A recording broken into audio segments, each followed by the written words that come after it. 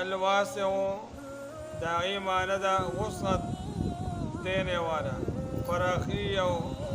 اغا خیر او برکت او زیادوالی راوستون کی اغا ذات دا اللہ تعالی دینا الواسع دغه معنی وسعت ورکون کی ذات بیا د دې هغه وظیفه او د دې فواید دا دي چې څوک دغه نوم د الله تعالی الواسع یا الله یا داسې طریقې باندې وایي چې یا واسع جل جلاله ډېر او په کثرت سره دی وایي الله تعالی بدله ظاهري او باطني هغه نعمتونه او مالداري ورکوي چې څوک دا نوم د الله تعالی ډېر وایي د دې ذکر کوي الواسع یا الله